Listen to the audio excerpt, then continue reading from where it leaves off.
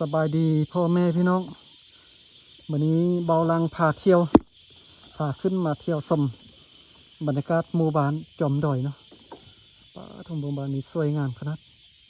เป็นหมู่บ้านที่อยู่จอมภูที่สูงที่สุดเลยเนาะตอนนี้เป็นเวลาประมาณ4 โมงแล้วระหว่างทางจะกลับบ้านเนาะก็เลยว่าเก็บภาพบรรยากาศให้เบิ่งให้ชมความสวยงามของหมู่บ้านจอมดอยภาคเหนือประเทศลาวเนาะเป็นดอยสันขนาดบนนี้นะสันแท้สันว่าเนาะสมัยตะกี้เส้นทางบุดีนี่ลำบากที่สุดเลยอย่าพ้นนี้มาบุได้เลยนะเป็นดอยสันแบบนี้นะเวลาปัจจุบันนี้สบายแบบนี้เส้นทางรถดีฝนตกก็มาได้เนาะหายห่วง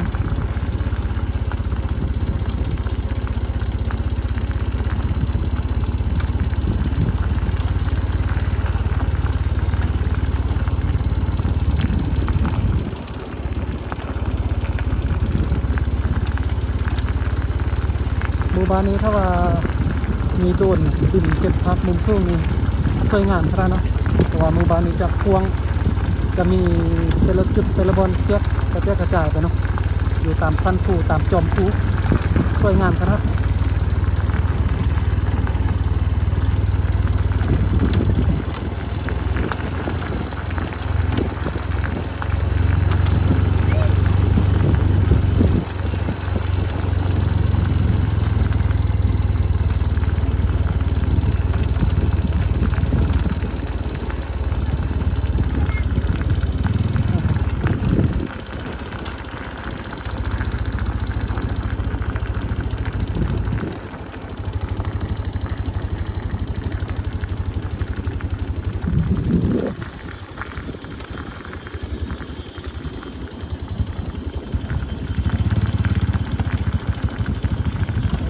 สาว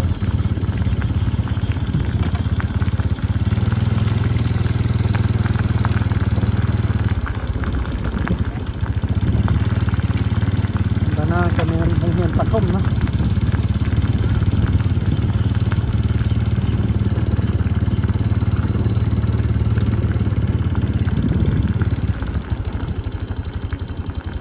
ตัวมือก็เป็นปลาดงเป็นไฮเข้าแล้วก็จะมีเล้าเข้าอยู่นี่นะสวยงามขนาดนั้นบ้าน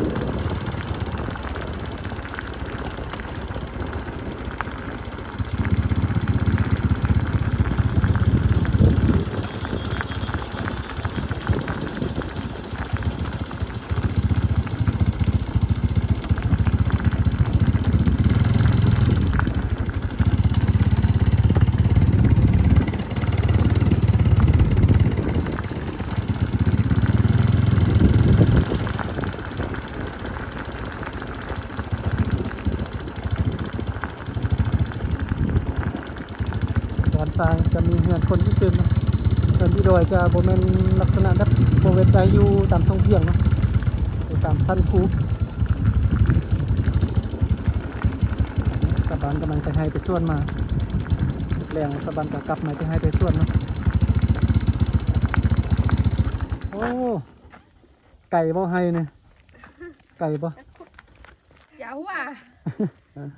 ลูกสาวเต้หลานสาวอะหลานสาวผู้งามอะแต่ว่าเราขี้อายนี่ก็เป็นภาพเนาะวิถีชีวิตอยู่ดอยไปให้ไปส่วนมาเนาะบรรยากาศยามแรงก็ประมาณนี้เนาะคลิปนี้นะจะพาเที่ยวชมระหว่างทางกับเก็บภาพให้เบิ่งให้ชมเนาะตอนนี้ก็จะได้ปิดคลิปเพียงเท่านี้เป็นคลิปสั้นๆระหว่างทางกลับบ้านเนาะก็ขี่รถจักรแบบนี้ไปถ่ายคอนเทนต์อยู่ดอยตลอดนะคนเดียวไปเที่ยวอยู่ไส้กะยานะก็ขี่รถจักรแบบนี้ไปเลยก็จะเก็บภาพบรรยากาศให้ FC ทุกคนเนาะที่ติดตามได้เบิ่งได้ชมไปนำกันเนาะเอาไว้เจอกันในคลิปต่อไปเด้อ